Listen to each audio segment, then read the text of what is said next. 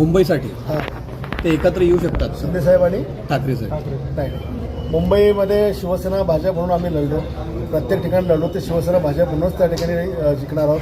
खरं तर उद्धवसाहेब आणि राजसाहेब ठाकरे जे आता एकत्र आले हे जर 2009ला मी मागे पण सांगितलं तर 10-15 वर्ष आधी आले असते तर चित्र वेगळं असतं.